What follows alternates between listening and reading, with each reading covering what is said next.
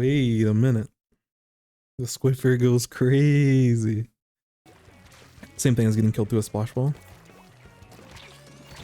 I don't think we need to necessarily go for this play. If there's something specific, like I don't hate the idea if there's something specific that we're looking for, but I feel like we're just kind of taking space to take space. And I'm guessing your teammates are probably painting in this type of scenario. Like none of them are ready. They're all looking to get specials for the hold. I would imagine that we're going to get specials before. So in this kind of scenario where we're this close to lead, we probably can just stall. And sitting in this kind of spot and just like painting all of this is, in my opinion, it's the safer play and we can get a lot more value out of it. Are you really a Squiffer player without overheating? That's fair. That's fair. I always respect the overheat, but it's definitely gotten us into trouble in a lot of scenarios. Because look, our teammates are using specials and trying to hold while we're still spawning in. Looking at comps, so this is zones, which changes things just a little bit. I will say the nice thing about our comp is that we have a lot of specials. Like we have a lot of really good specials. Like I think the fact that we can get a ton of tri-strikes out with Neo is good. Wavebreaker is a weapon that we can push in with, and Storm is really good. Bubble actually can help for retakes in certain spots, or you can zone the enemy out. So Bubble's a little bit more situational, and I'm interested to see how they end up using it here. I think overall our comp's okay until we start looking at the other team, and E-Leader. E-Leader scary. E-Leader kind of hurts our game plan. We don't have a ton of direct ways to deal with the leader, so this is going to be a little bit tough. Otherwise, we'll probably often get stuffed on parts of this map.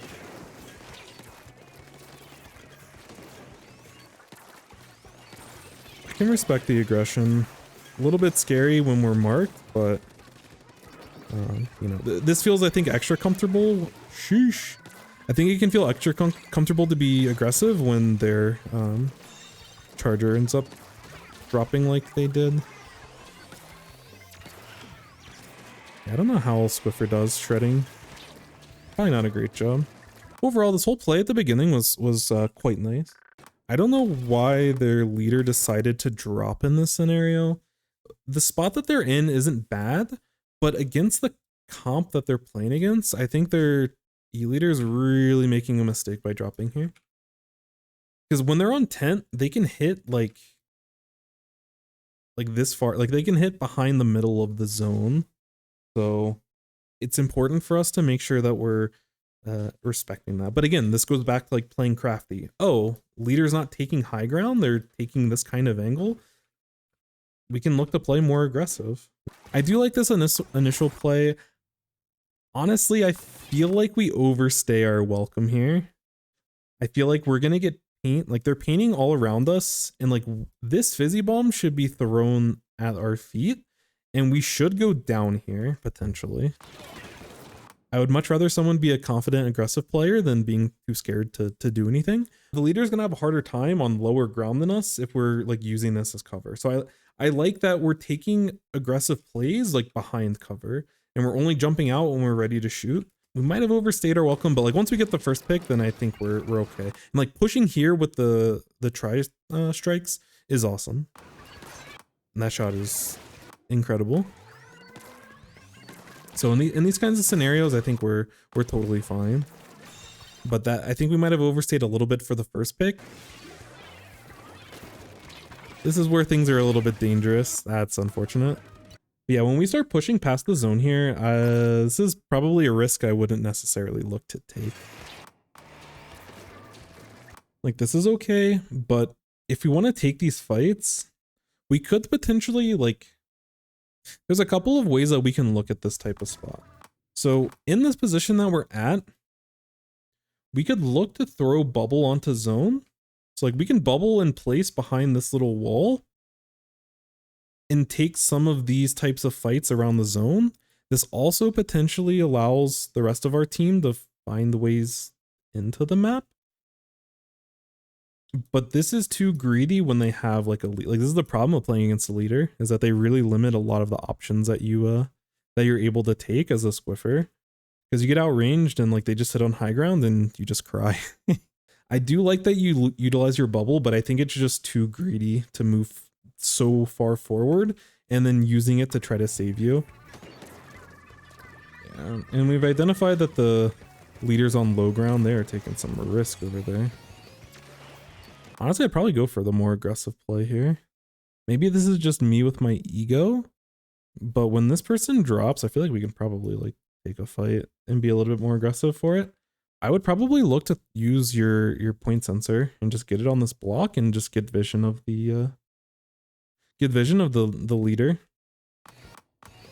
That way you have like a little bit of an advantage when it comes to taking that fight, because yeah, I don't think we want to play as out in the open as we did.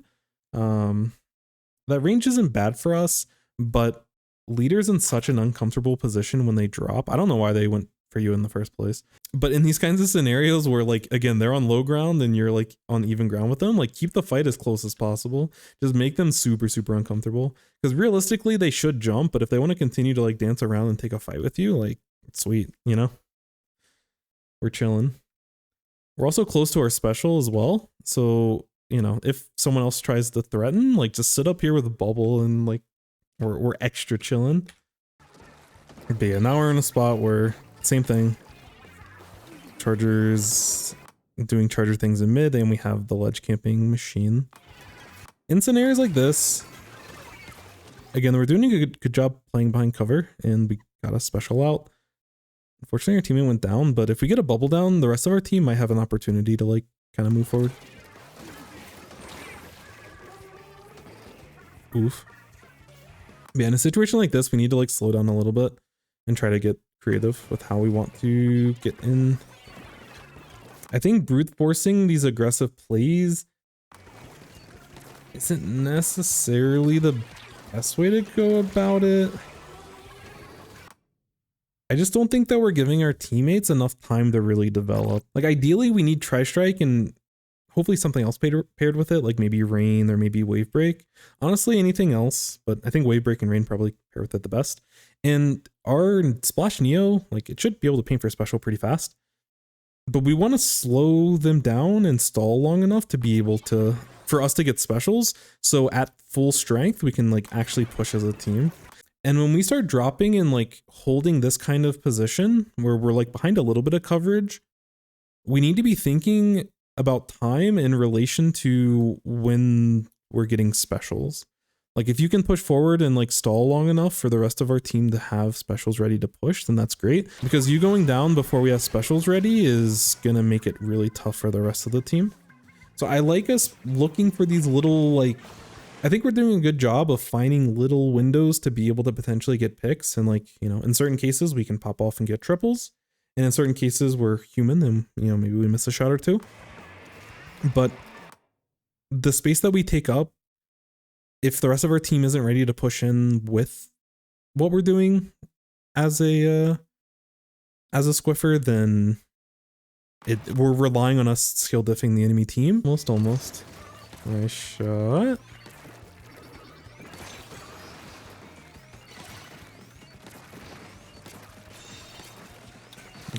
Yeah, we're doing a really good job. I think our mechanics and like understanding how to make the most out of these situations, using small bits of cover and like holding like a tight cover so that we're able to get multiple shots off and stall.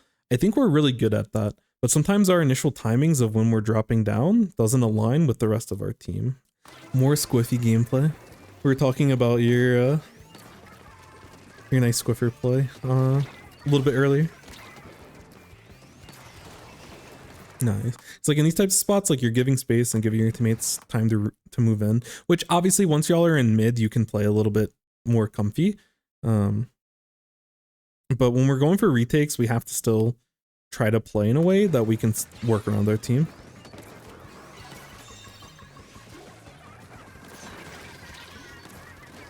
What? Holy. Wait a minute.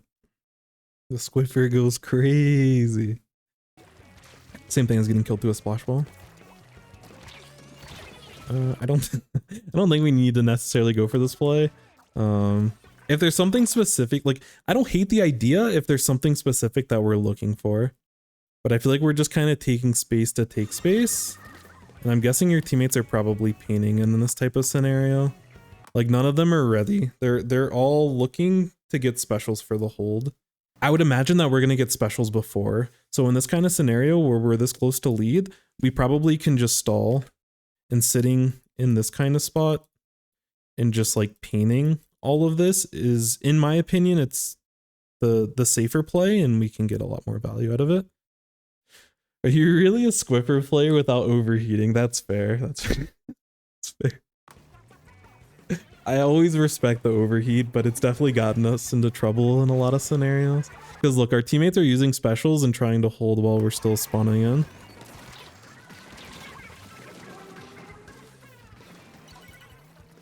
I like the continual movement, looking for a chance after jumping in, but this whole play could have been avoided, and we would have had a decent lead threatening KO with special advantage if we weren't as aggressive. Like we did the hard part when we popped off on them. We don't need the ace in that type of spot. But you know, like Sully pointed out, we always go for the overheat. I kind of respect it, but it is going to lose you percentage points in situations where you've already done the hard part.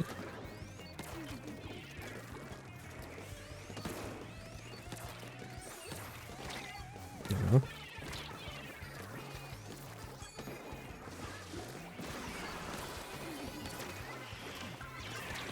This is tough.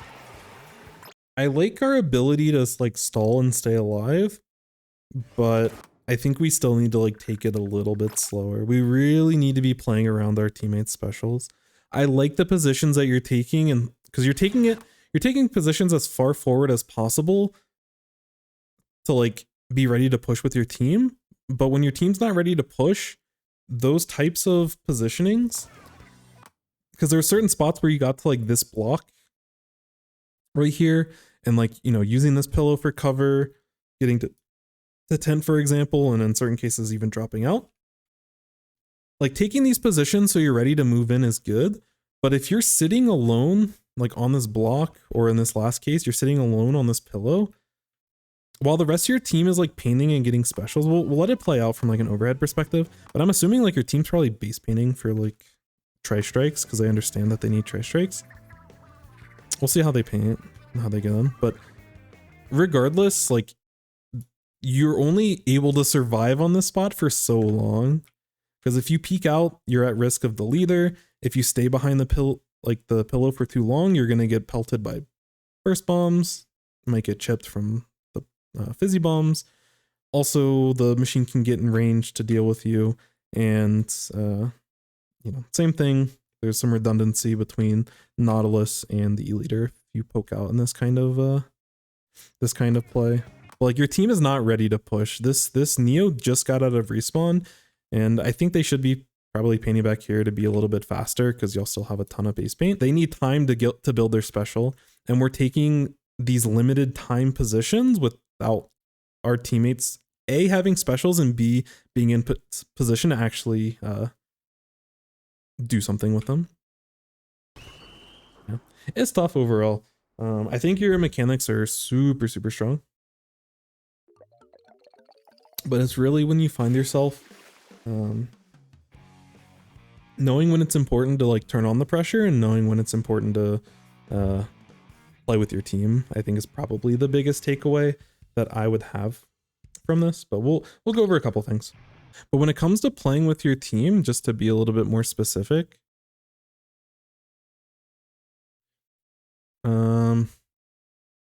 part of it is timing windows, and then part of it is like, it's like knowledge of how to retake and how to hold, because you'll find yourself in, you know, positions like this, or positions like this, and you're ready to drop, but you have no specials to play with. You're really relying on you outplaying the enemy team, and you're effectively, in a lot of these spots, you're playing in a, you know, a 1v4, maybe a 2v4 in certain spots, or maybe like a 1v3, because someone's like camping this ledge and isn't really focused on you.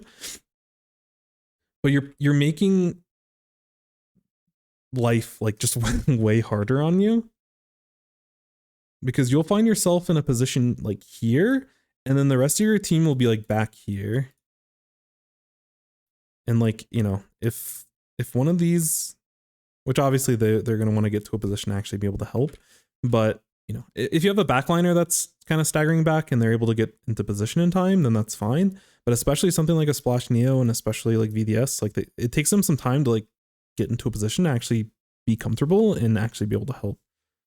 And when you get into these positions too early, the enemy team has nothing else to focus on other than you. So that makes you more prone to getting splatted. And the other part is that even if these people are in these kinds of positions, they're still trying to paint for their specials. And that goes back to understanding when we're looking to retake or we're looking to hold, what kind of specials are we looking at on our team to push with? The other really big thing, like this is probably the most important thing based off of some of the scrims we've had with you. The other important thing is your bubble usage. You're currently being too greedy. And what I mean by too greedy is that you're trying to take too much space before you get the bubble out. And there's times where you can get bubble out in spots that either help your teammates be able to get in a little bit more safely, or you can take fights a little bit safer. So those are things that I would try to think about in your scenario. You know, if you get the pick, it keeps you safe from the rest of the team. If you miss, you still have an opportunity to retreat before they shred it. And if they don't really respect it, or if they're out of range to be able to punish the bubble and like shred it quickly, then you get multiple shots like for free basically. But yes, before focus fire, I really like that phrasing. Like these stats like make a lot of sense. We didn't get, like we should have had way more bubbles than we could have, because both of these bubbles were used too late and we got punished for using both of them. But that was a really good replay. I swear, y'all Squiffer mains are coming in with some sick play. We actually love to see it.